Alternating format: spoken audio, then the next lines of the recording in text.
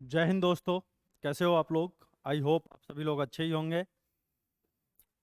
Sure 60 Gurukul defence academy की तरफ से एनडीए का ऑनलाइन और ऑफलाइन बैच जो आ रहा है, उसी में हम लोग आज डिस्कस कर रहे हैं आप लोगों से प्रीवियस ईयर या प्रीवियस एग्ज़ाम कह सकते हो। 2026 में अप्रैल में जो एनडीए 1 का एग्ज़ाम हुआ था, उसका डिटेल्ड एनालिसिस केमिस्ट्री वाले पोर्शन का। तो ये हमारे गुरुकुल का टेलीग्राम का चैनल है। बाकी कंटेंट और अपडेट्स के लिए आप इस पर ज्वाइन कर सकते हो, जहाँ से आप लोगों को पीडीएफ वगैरह भी मिल जाएंगे। तो आगे बढ़ते हैं और स्टार्ट करते हैं। यहाँ पर हम लोग देखिए 76 से लेके 90 तक आपके 15 क्वेश्चंस केमिस्ट्री वाले पोर्शन से आते हैं, इसमें जो दिए हुए थे। अब इसमें हम लोग बात करने वाले हैं क्वेश्चन नंबर 76 की, जिसमें कह रहा है ये if x is the number of electrons and y is the number of nucleons present in sulphur -2 then which one of the following is correct. तो हम लोग यहाँ केवल डिस्कशन ही नहीं कर रहे हैं, डिटेल्ड एनालिसिस भी करेंगे क्वेश्चन का, कौन सा कॉन्सेप्ट उसमें यूज हुआ है उसके बारे में बात करेंगे। तो ये सारी चीज़ें हम लोग आप लोगों के सामने डिस्कशन करने वाले हैं, और क्विकली कैसे उन क्वेश्चंस को हम लोग सॉल्व कर सकते हैं और कॉन्सेप्ट्स की बारीकियों को कैसे समझते हैं, ये क्वेश्चंस के थ्रू हम लोग यहाँ देखने वाले हैं।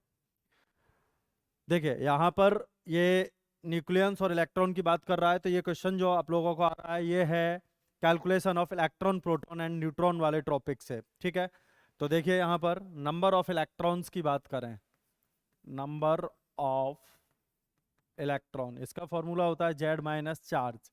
जेड यहाँ पर आप लोगों का एटॉमिक नंबर को रिप्रेजेंट कर रहा है, और चार्ज को आप लोग लोगे यहाँ पर विद साइन। साइन क्यों कह रहा हूँ मैं? क्योंकि नेगेटिव या पॉजिटिव कैसा चार्ज है ये देखना है। नंबर ऑफ न्यूट्रॉन के लिए ए माइनस जेड, और नंबर ऑफ प्रोटॉन के लिए जेड। ये आपके calculation of electron proton neutrons के लिए फॉर्मूले हैं। अच्छा, न्यूक्लियॉन्स क्या होते हैं आपके? बेसिकली आप लोगों को मैं बता दूं, न्यूक्लियॉन्स जो होते हैं वो न्यूट्रॉन प्लस प्रोटॉन होते हैं, और न्यूट्रॉन और प्रोटॉन आप लोगों को पता होगा मास नंबर भी होता है। डायरेक्ट ए को भी आप लोग लिख सकते हो, अगर यहाँ पर वैल्यू पुट की जाए ए इज इक्वल टू क्या हो जाएगा, न्यूट्रॉन प्लस जेड, और जेड प्रोटॉन है, तो वही फॉर्मूला हमारा यहाँ पर ड्राइव होके आ जाएगा। ठीक है, चलिए तो यहाँ पर गिवन डेटा, कोई भी क्वेश्चन है उसका गिवन डेटा हम लोगों को जरूर लिख लेना है। तो गिवन डेटा देखिए यहाँ पर क्या दिया हुआ है आप लोगों को। जेड यहाँ पर है आपका 16, ए है यहाँ पर 32, ए क्या है यहाँ पर आपका 32 दिया हुआ है, और चार्ज यहाँ आप लोगों का दिया है -2। चार्ज क्या है यहाँ पर? -2। तो इलेक्ट्रॉन्स आप लोगों के यहाँ पर क्या आएंगे? जेड कितना है यहाँ पर? 16, और विद साइन -2, तो 18 आ गए। न्यूट्रॉन्स की बात करें तो ए आपका 32 माइनस 16, 16 आ गए, और प्रोटॉन्स आप लोगों को ये यहाँ पर जेड इज इक्वल टू 16 आ गए। ठीक है, और न्यूक्लियॉन्स ये इलेक्ट्रॉन हो गए, और इन दोनों के कॉम्बिनेशन से न्यूक्लियॉन्स आप लोगों के 16 प्लस 16 इज इक्वल टू 32 आ जाएंगे। कितने आ जाएंगे? 32। तो ये आप लोगों को यहाँ पर पता चला कि 18 इलेक्ट्रॉन्स और 32 आप लोगों के न्यूक्लियॉन्स। तो यहाँ पर x रिप्रेजेंट कर रहा था हमारा, यानी कि ये हो गया x, और ये हो गया आप लोगों का y। तो x 18, y 32, option number C is the correct. Next question, which of the following form of carbon is thermodynamically stable? Thermodynamically stable form का मतलब है जिसकी एंथैल्पी नेगेटिव में हो और वो ज़्यादा स्टेबल होगा, मतलब एनर्जी जिसकी कम होगी, एंथैल्पी जिसकी नेगेटिव में होगी, वो आप लोगों का ज़्यादा स्टेबल माना जाता है। तो यहाँ पर हम लोगों का कोल, ग्रेफाइट, डायमंड और फुलरीन में ग्रेफाइट की सबसे कम होती है। और एक और बात याद रखना, जो भी एलिमेंट नेचुरली अकरिंग यानी कि नेचर में हमें फ्री स्टेट में मिलते हैं, वो एलिमेंट हमारे थर्मोडायनामिकली हाईली स्टेबल होते हैं। कैसे होते हैं? थर्मोडायनामिकली हाईली स्टेबल होते हैं। तो यहाँ पर हम लोगों का graphite is the correct answer. Graphite यहाँ पर हमारा करेक्ट वन आंसर होगा। अब देखिए next, consider the following statements. A colloidal and a suspension are heterogeneous mixture. आप लोगों को मैं बता दूं कि हेट्रोजीनियस और होमोजीनियस की जो बात होती है, हेट्रोजीनियस मिक्सचर्स वो होते हैं जहां पर आपके पार्टिकल्स, सॉल्यूट के जो पार्टिकल्स हैं वो होमोजीनियसली डिस्ट्रीब्यूटेड नहीं होते। कैसे होते हैं? Non homogeneously distributed. और जो ट्रू सॉल्यूशन होता है उसमें आप लोगों के होमोजीनियसली, यानी कि आप कह सकते हो यूनिफॉर्मली डिस्ट्रीब्यूटेड पार्टिकल्स आपके होते हैं। तो यहाँ पे आपको पता चला कि कोलॉइडल और सस्पेंशन जो होते हैं इनके जो पार्टिकल्स होते हैं वो होमोजीनियसली डिस्ट्रीब्यूटेड नहीं हो सकते because of their sizes. 1 nanometre से लेस साइज के जो होते हैं वो ट्रू सॉल्यूशन में आते हैं। 1 से लेके 100 की रेंज में जो होते हैं नैनोमीटर में वो कोलॉइडल में आते हैं। अबव 100 के जो होते हैं वो सस्पेंडेड सॉल्यूशन के अंडर में आते हैं। तो पार्टिकल साइज बड़ा होने की वजह से ये होमोजीनियसली आप लोगों के, या कह सकते हो uniformly through out the solution में या मिक्सचर में ये मिक्स नहीं हो पाते। तो यहाँ पर आपका ये ऑप्शन करेक्ट है, स्टेटमेंट करेक्ट है। colloids can be separated from the mixture by the process of centrifugation। तो देखिए colloids, जैसे कि हम colloids का एक एग्जांपल ले लेते हैं। मिल्क में जो हमारा क्रीम होता है, क्रीम समझा होगा आप लोगों ने, उसको हम एक्सट्रैक्ट जब करते हैं मिल्क से तो वहां पर आप लोगों ने देखा होगा कि जो सेंट्रीफ्यूगल प्रोसेस का यूज करते हैं, सेंट्रीफ्यूगिंग करते हैं वहाँ, तो उसमें से क्रीम अलग एक्सट्रैक्ट हो जाता है। ठीक है, तो वो हमारा क्या होता है? कोलाइडल पार्टिकल्स बोले जाते हैं जो हम क्रीम के फॉर्म में वहां से एक्सट्रैक्ट करते हैं। तो आप मान सकते हो यहाँ पर ये ऑप्शन भी आपका सही है। Particles of colloids at suspension can be seen by naked eyes. बिल्कुल गलत बात। आप लोगों को पता है 1 से लेके 100 नैनोमीटर के पार्टिकल को नेक्ड आइज से नहीं देख सकते, माइक्रोमीटर से भी नहीं देख सकते, नेक्ड आइज का तो छोड़ दो। तो कोलॉइड्स को हम लोग नहीं देख सकते, और सस्पेंशन वाले पार्टिकल्स भी 100 से ज़्यादा होते हैं, उनको भी हम नेक्ड आइज से नहीं देख सकते। तो ये आप लोगों का क्या हो गया, क्योंकि बहुत माइक्रो पार्टिकल्स, स्मॉल पार्टिकल्स की बात हो रही है वहाँ पर, माइक्रो लेवल की स्टडी, नैनो लेवल की स्टडी। तो ये आप लोगों का यहाँ पर रॉन्ग हो गया स्टेटमेंट। ठीक है, particles of collider sensation can be seen by naked eye, नहीं देख सकते। ठीक है, नेक्स्ट देखिए, the aqueous solution of copper sulphate does not show Tyndall effect. बिल्कुल शो नहीं करता है टिंडल इफेक्ट, वो आपका रजिस्ट करता है। जो हमारी रे हम डालते हैं वो टिंडल इफेक्ट में, जैसे हम लोगों ने देखा होगा कोलाइडल और सस्पेंशन के अंदर, कोलॉइड्स के अंदर बेसिकली वो हमें इफेक्ट दिखाई देता है टिंडल इफेक्ट, लेकिन हमें ये कॉपर सल्फेट के सॉल्यूशन में दिखाई नहीं देता। Mixture of milk and water shows Tyndall effect यहाँ पर दिखाई देगा। तो 1, 2 and 4th is the correct one answer. C option is the correct. देखिए दोस्तों, नेक्स्ट क्वेश्चन है, a non volatile solid solute may be separated from a solution by which of the following processes। तो दो तरीके के हमारे solute generally, या solvent की भी, किसी भी चीज की हम प्रॉपर्टी की यहाँ पर बात करें on the basis of volatility, तो दो तरीके के होते हैं। एक होते हैं वोलाटाइल। यहाँ पर वोलाटाइल में वेपर प्रेशर जो होता है वो 0 नहीं होता वोलाटाइल का, क्योंकि वो एवेपोरेट होते हैं, और जो चीज़ एवेपोरेट होती है वहाँ पर वोलेटिलिटी की कुछ ना कुछ वैल्यू होती है। दूसरे होते हैं आपके नॉन वोलाटाइल। कौन से होते हैं? Non volatile. यहाँ पर आपका वेपर प्रेशर कैसा होता है? 0 होता है। कैसा होता है? 0। ये वेपर नहीं बनाते, और वेपर नहीं बनाएंगे तो वेपर प्रेशर कहाँ से आएगा? सीधी सिंपल सी बात। जैसे कि आपको एक मैं छोटा सा एग्जांपल लेके चलता हूं। आप सैंड पार्टिकल्स लो और उसको पानी के अंदर डाल दो। Sand particles are the non volatile solute. Sand particle जो हैं वो नॉन वोलाटाइल सॉल्यूट की कैटेगरी में आते हैं। अब जब हम उसको हीट करते हैं तो वाटर जो होता है वो एवेपोरेट होता है, वेपराइज्ड हो जाता है, और वो अपने वोलाटाइल नेचर की वजह से वहां से निकल के चला जाता है। और रिमेनिंग क्या बचा रह जाता है वहां पर? रिमेनिंग बचा रह जाता है वहां पर आप लोगों का क्या? Sand particles. तो इसका मतलब क्या हुआ? इवेपोरेशन। ठीक है, अब सेम क्रिस्टलाइजेशन। क्रिस्टलाइजेशन में भी क्या होता है? क्रिस्टल की फॉर्म में हम लोग उनको वहाँ पर सेपरेट आउट कर लेते हैं। तो ये भी आप लोगों का नॉन वोलाटाइल के लिए यूज होने वाला है। मेन यहाँ पर एवेपोरेशन वाले में आप लोगों को ध्यान रखनी है बात, क्रिस्टलाइजेशन तो बेसिकली नॉन वोलाटाइल सब्सटेंस के लिए ही यूज होने वाला प्रोसेस है। तो it means both A and, यानी कि first and second are the correct statement. तो सी ऑप्शन आपका यहां पर करेक्ट होगा, C is the correct one option. Next है, which of the following are oxidation reaction. Oxidation reaction का मतलब क्या होता है, दो चीजें याद रखना, ऑक्सीडेशन कहाँ होता है और उसका उलट होता है आपका रिडक्शन। पहला point, addition of oxygen. Second one is, पहला हो गया addition of oxygen, second one is lose of electron. Lose of electron का मतलब क्या होता है कि पॉजिटिव चार्ज, ऑक्सीडेशन नंबर का इंक्रीज होना। और ऑक्सीडेशन नंबर का इंक्रीज होने का मतलब क्या है, सिंपल सी लैंग्वेज में समझिए, ऑक्सीडेशन नंबर जो होता है ना बेसिकली वो क्या होता है, pseudo positive charge on a substance. किसी भी सबस्टेंस के ऊपर एक तरीके का पॉजिटिव चार्ज होता है। और पॉजिटिव चार्ज कब आता है, इलेक्ट्रॉन के लूज होने से, और नेगेटिव चार्ज कब आता है किसी पर, इलेक्ट्रॉन के गेन होने से।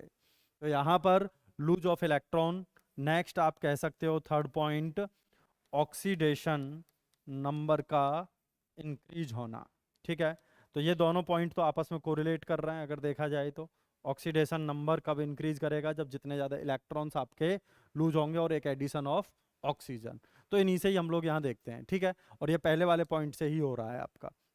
रस्टिंग ऑफ आयरन, आयरन की रस्टिंग में सबसे बड़ा रोल होता है ऑक्सीडेशन का, क्योंकि ऑक्सीजन वहाँ क्या होती है, ऐड होती है। तो ये भी आपका ऑक्सीडेशन हो गया। Burning of fuel, burning of fuel में जैसे कि कार्बन कंपाउंड जो होते हैं वो आपके ऑक्सीजन के साथ रिएक्ट करते हैं, CO2 बनाते हैं। जैसे कि कॉमन रिएक्शन हम किसी भी फ्यूल के लिए या किसी भी हाइड्रोकार्बन के लिए लिखें, CX plus HY plus O2, तो ये CO2 प्लस H2O बनाता है। यहाँ X हो गया, यहाँ Y/2 हो गया, तो ये y को यहाँ रिप्रेजेंट कर देगा, और ये क्या हो जाएगा, x प्लस Y/4। ठीक है, तो ये यहाँ देख रहे हो ऑक्सीजन ऐड होके CO2 जैसे बन रहा है, तो बर्निंग ऑफ फ्यूल भी हो गया आपका। Rancidity of oils and fats, fats और रेंसिडिटी जो होती है उसमें भी ऑक्सीजन का एडिशन होता है। और आप लोगों ने देखा होगा जैसे कि चिप्स वगैरह का जो पैकेट होता है उसको में अगर एक होल कर दिया जाए और एयर चली जाए, तो आपने देखा है चिप्स कैसी हो जाती हैं आपकी, रैंसिड हो जाती हैं। रैंसिड किसकी वजह से हो जाती हैं, एयर में जो प्रेजेंट ऑक्सीजन का कंटेंट होता है वो उनको रैंसिड कर देता है। तो rancidity of oil and fats. Browning of, browning of fruits, ये भी आप लोगों का क्या है, ऑक्सीडेशन प्रोसेस एयर के कांटेक्ट में आने की वजह से होता है। ये भी आप लोगों का ऑक्सीडेशन रिएक्शन का फिनोमेना है। तो 1 2 3 and 4 all are the correct. यहाँ पर सारे के सारे ऑप्शंस आप लोगों के करेक्ट हैं। अब देखिए, consider the following statements, consider the following statements. Acids are substance that dissociate in water to give hydrogen ion H plus aqueous, and bases are substances that produce hydroxyl ion OH minus aqueous. The above statement is based on which one of the following concepts?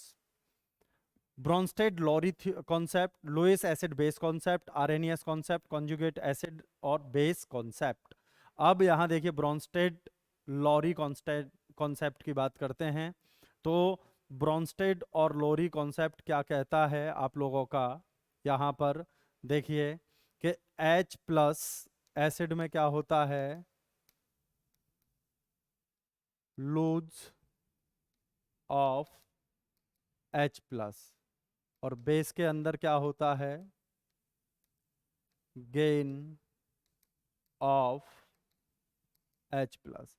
यानी कि ये आप लोगों का यहाँ पर hydrogen का ही game बता रहा है पूरा, कि एसिड के अंदर हाइड्रोजन लूज होता है, बेस के अंदर हाइड्रोजन गेन होता है। लुईस के अंदर एसिड में क्या होता है, और बेस के अंदर क्या होता है, ये देखिए। ये है आप लोगों की लुईस की थ्योरी। एसिड के अंदर बेसिकली इसमें क्या होता है, गेन ऑफ लोन पेयर, और बेस के अंदर क्या होता है, लूज ऑफ लोन पेयर। अब इसके बाद आर्हेनियस की बात करें यहाँ पर, तो आर्हेनियस में एसिड उनको माना जाता है जो लूज करते हैं किसको, H प्लस को, और बेस उनको माना जाता है, डोनेट करना बोल सकते हो या लूज करना बोलते हो, कुछ भी बोल दो, बात एक ही है, OH माइनस, दोनों ही चीज़ें, वो H प्लस देता है, OH माइनस देता है। तो ये आप लोगों का आर्हेनियस कॉन्सेप्ट करेक्ट होगा। कॉन्जुगेट एसिड बेस कॉन्सेप्ट में आप लोगों को और डिटेल्ड आगे जब पढ़ाएंगे तो बताएंगे, वैसे इतना देख लीजिए, कॉन्जुगेट एसिड और बेस जो होता है यहाँ पर, जो जैसे कि हम लोग यहाँ एग्जांपल ले लेते हैं CH3COOH का, CH3COOH, तो यहाँ पर CH3COO minus plus H plus, यहाँ पर ये क्या है आपका एसिड है, ठीक है, और ये क्या है कॉन्जुगेट बेस, और ये कॉन्जुगेट एसिड। तो ऐसे करके पेयर्स आप लोगों के यहाँ पर बनते हैं। तो यहाँ पर Arrhenius concept is the correct one answer. Next देखिए, super phosphate of lime, super phosphate of lime, a phosphate fertiliser is obtained by the reaction of. देखिए सुपर फॉस्फेट का मतलब क्या है, ठीक है, सुपर फॉस्फेट का मतलब क्या है कि इसके अंदर आप लोगों को जो लाइम, सुपर फॉस्फेट लाइम की जो बात कर रहा है, फॉस्फेट फर्टिलाइजर जो है, इसके अंदर आप लोगों को कैल्शियम फॉस्फेट और सल्फ्यूरिक, सल्फर भी आप लोगों को यहाँ पर दिखाई देगा, और सल्फर आपका केवल सल्फ्यूरिक एसिड में है। तो यहाँ पर ये ऑप्शन आप लोगों का करेक्ट होगा। क्या होगा, ये ऑप्शन आप लोगों का यहाँ पर करेक्ट होगा इसमें, ठीक है। अब देखिए आप लोग यहाँ पर इसका रिएक्शन भी लिख सकते हो आप लोग, ठीक है, CA3PO4 का होल ट्वाइस प्लस यहाँ पर लाइम के साथ में, और फिर सल्फ्यूरिक H2SO4 के साथ में, ठीक है, और फिर वहाँ पर आप लोग सुपर फॉस्फेट भी बना सकते हो। तो ये इक्वेशन हो जाएगा, तो यहाँ पर बी ऑप्शन आपका करेक्ट है। नेक्स्ट देखिए, 1.7 gram of silver nitrate is dissolved in 100 gram of water, ठीक है, सिल्वर नाइट्रेट मतलब AgNO3 प्लस H2O, यानी कि आप इसको ऐसे भी लिख सकते हो, यहाँ पर चाहो तो लिख दो, चलो कोई दिक्कत नहीं है, एक्वस करके लिखता मैं, प्लस क्या है यहाँ पर sodium chloride, very good, NaCl, ठीक है, और ये भी एक्वस है H2O। अब यहाँ पर बन क्या रहा है, सिल्वर क्लोराइड AgCl प्लस, और क्या बन रहा है, sodium nitrate NaNO3, NaNO3, sodium nitrate. अब देखिए AgNO3 यहाँ पर कितना लिया है इसमें, 1.7 ग्राम, ये कितना है 100 ग्राम, और ये कितना लिया है 0.585 ग्राम, और ये फिर से 100 ग्राम।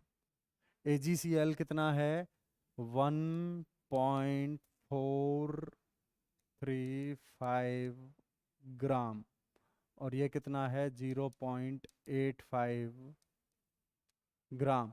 जब हमें मास दिए हुए हैं तो सबसे पहले हम लोग यहाँ पर किसके थ्रू जाएंगे, सबसे पहले हम लोग यहाँ पर जाएंगे किसके थ्रू, मास को ऐड करेंगे रिएक्टेंट के साइड और प्रोडक्ट के साइड। अब आप लोगों को मैं बता देता हूँ, मास ऑफ रिएक्टेंट अगर मास ऑफ प्रोडक्ट के बराबर होता है तो वो लॉ ऑफ कंजर्वेशन ऑफ मास को रिप्रेजेंट करेगा। तो अब हम लोग देखते हैं होता क्या है, यहाँ पर इनको आपस में ऐड कर देते हैं, इनको आपस में ऐड करेंगे तो ये हो जाएगा 101.7, और ये हो जाएगा आपका यहाँ पर 100.585 ये हो गया यहाँ पे आपका। और ये क्या हो जाएगा, इन दोनों को अगर जोड़ दें तो ये भी आपका आ जाएगा ट्रू। और ये वाटर हटा दो यहाँ पर। अच्छा, वाटर का ही देखना है ओनली, इसको पूरे को नहीं लेना है। वाटर तो एक्वस है, उसे छोड़ सकते हो। यहाँ पर हम लोग केवल इस मास को वाटर तो आपका कंजर्व रहेगा ही रहेगा। तो यहाँ पर ये कितना हो गया था आपका 2.585 ग्राम। और ये भी कितना हो रहा है आपका 2.585 ग्राम। ठीक है, यानी कि यहाँ पर कह सकते हो रिएक्टेंट का जो मास है वो प्रोडक्ट के मास के बराबर। तो ये एक्वस करके भी लिख सकते थे, इस मास को हम लोग यहाँ कंसीडर नहीं करेंगे क्योंकि एक्वस में जब रहेगा तो ये वाटर यहाँ भी आप लोगों का उसी तरीके से रहेगा। ठीक है, तो ये बात ध्यान रखने की है, इसीलिए मैंने यहाँ पे लिख के दिखाया है कि H2O यहाँ पर भी उतना ही रहेगा। तो यहाँ पर ये किसको रिप्रेजेंट कर रहा है कि रिएक्टेंट के जो मास हैं वो प्रोडक्ट के मास के इक्वल आ रहा है। तो ये हो गया यहाँ पर law of conservation of mass. क्या है ये? Law of conservation of mass है। क्या है ये? Law of conservation of mass. अब देखिए, which of the following statement is or are correct with regard to nitrolium. बेहतरीन क्वेश्चन है। ठीक है, नाइट्रोलियम आपका क्या होता है? CaCN2, ये नाइट्रोलियम होता है बेसिकली। ठीक है, तो ये नाइट्रोलियम जनरली नाइट्रोजन की प्रेजेंस में ही मिलेगा। It is prepared by the heating calcium carbide with nitrogen. Very good, ये स्टेटमेंट आपका करेक्ट है यहाँ पे।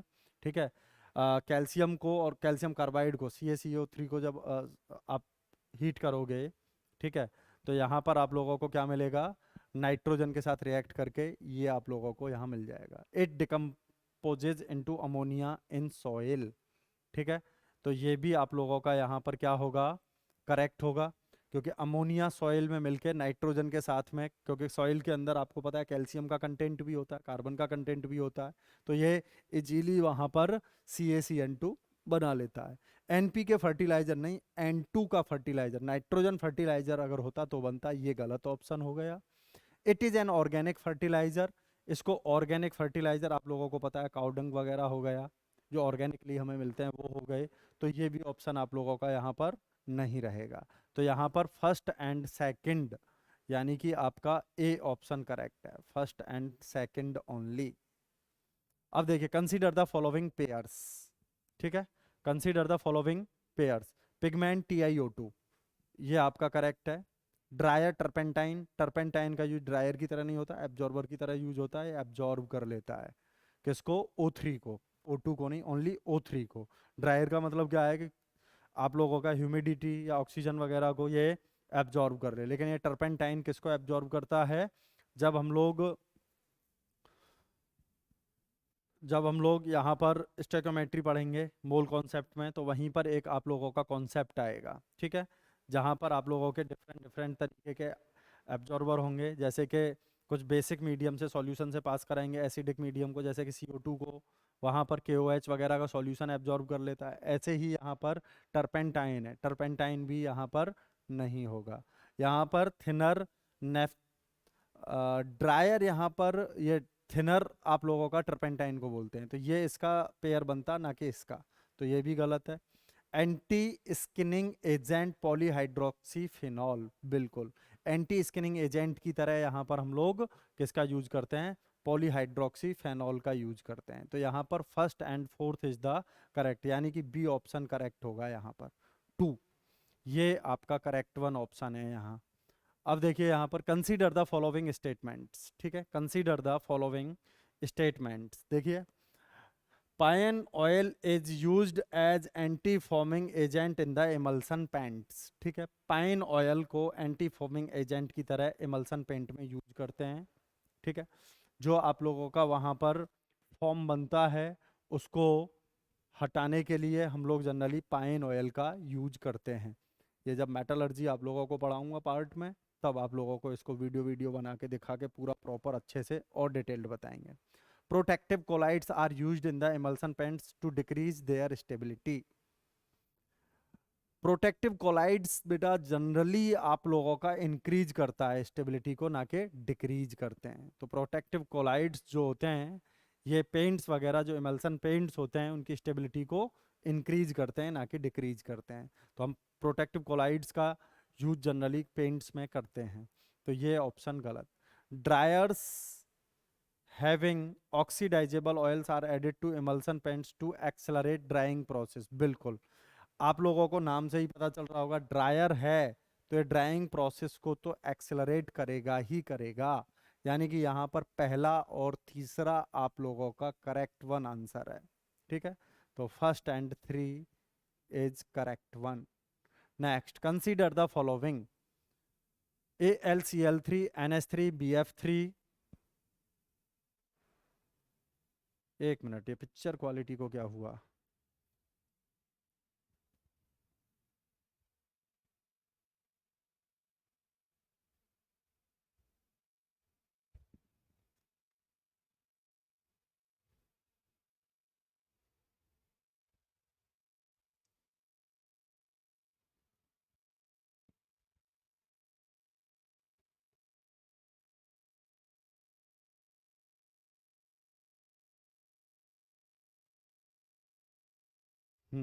अभी ठीक है।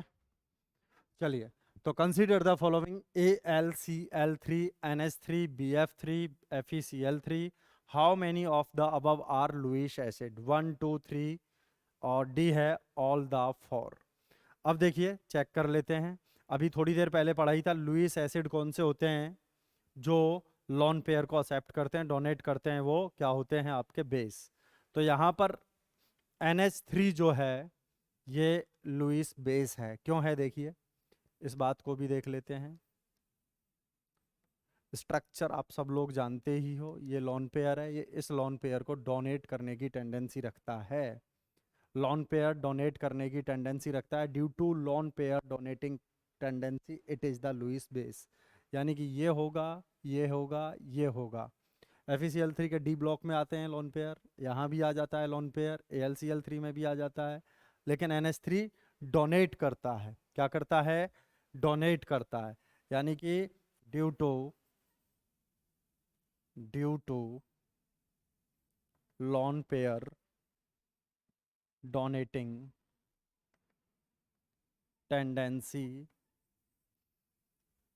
कितने सिंपल सिंपल टाइप के कॉन्सेप्ट्स हैं जिससे आप लोगों को इजीली सारी चीज़ें क्लियर होंगी। Due to lone pair donating tendency, NH3 is the NH3 is the Lewis base. NH3 is the Lewis base. तो यहाँ पर आप लोगों के 3 करेक्ट हैं। अब देखिए, consider the following statements: soaps are sodium or potassium salts of long chain carboxylic acid. बिल्कुल करेक्ट बात है। कार्बोक्सिलिक एसिड की ही तो वहाँ पर लॉन्ग चेन बनती है हमारी। ठीक है, तो ये आप लोगों का करेक्ट हो गया स्टेटमेंट। कैसा हो गया ये? Correct one.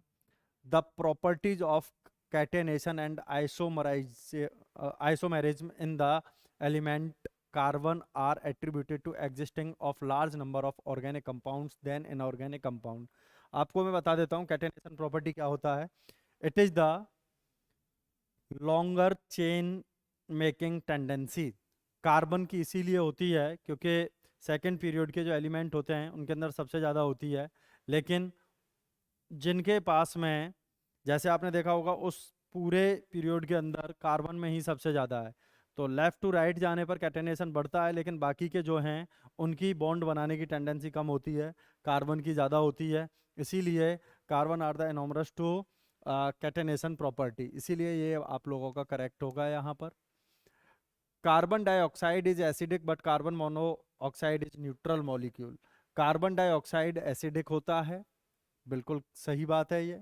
ठीक है, और जो आपका कार्बन मोनोऑक्साइड है वो न्यूट्रल मॉलिक्यूल होता है, क्योंकि यहाँ पर जो कार्बन डाइऑक्साइड है CO2, CO2 जो है उसके अंदर अगर आप देखोगे तो जैसे इलेक्ट्रॉन गेन और लूज करने की टेंडेंसी की बात, तो उसके अकॉर्डिंग हम लोग यहाँ पर इसको क्या मानते हैं, एसिड, और इसको न्यूट्रल मान के चलते हैं। तो यहाँ पर आपका पहला, दूसरा और तीसरा, यानी कि तीनों ही आपके करेक्ट वन हैं। Next, which of the following is or are the physical test employed for the manufacture of paper. बिल्कुल, देखिए मैकेनिकल एंड, अब यहाँ देखिए प्रॉपर्टी से रिलेटेड क्वेश्चन है। तो जैसे कि मैंने आप लोगों के साथ में सिलेबस में डिस्कस करा था कि प्रॉपर्टीज जो हैं उनसे क्वेश्चन आता ही आता है, जैसे mechanical property, thermal property, electrical property, mechanical properties, chemical properties, sonorous properties, optical properties, ये आपकी जितनी भी प्रॉपर्टीज हैं उनसे भी क्वेश्चन अराइज करता है। तो यहाँ देखिए mechanical and strength properties, paper, एक पेपर लेते हैं हम लोग, देखिए ये वाला ही पेपर ले लेते हैं, ये देखिए पेपर है, मैकेनिकल एंड स्ट्रेंथ प्रॉपर्टी, जैसे कि मैं टेंसाइल स्ट्रेंथ की बात करूं इसकी, या मैं पेपर की कंप्रेसिव स्ट्रेंथ की बात करूं, अगर पेपर को आप कहीं पेपर के ऊपर रखते चले जाओ और इसके ऊपर कुछ रखो, तो यहाँ रैप्चर होता है क्या, ये टूटेगा क्या, नहीं टूटेगा, चाहे ट्रक गुजार दो इसके ऊपर से, क्योंकि इसकी कंप्रेसिव स्ट्रेंथ भी बहुत ज़्यादा होती है। टेंसाइल स्ट्रेंथ की बात अगर आप करो तो आप इस पेपर को ऐसे करके कितना भी तेज खींच लो, ये टूटेगा नहीं, फाड़ जरूर दोगे लेकिन ऐसे करके खींचोगे तो ये टूटेगा नहीं, because of there tensile strength property. और आगे बात करो सरफेसियल प्रॉपर्टीज की भी, तो इसकी सरफेस कैसी होगी, इसकी सरफेस रफ होगी या स्मूथ होगी, ये सब चीज़ें भी हम लोग देखते हैं। तो कौन सा पेपर कहाँ यूज होता है, तो सरफेस प्रॉपर्टीज भी इसके अंदर होती है। ऑप्टिकल प्रॉपर्टीज होती है, ओपैक होता है या ट्रांसपेरेंट होता है, तो ये पेपर की प्रॉपर्टी यहाँ पे भी आ गई।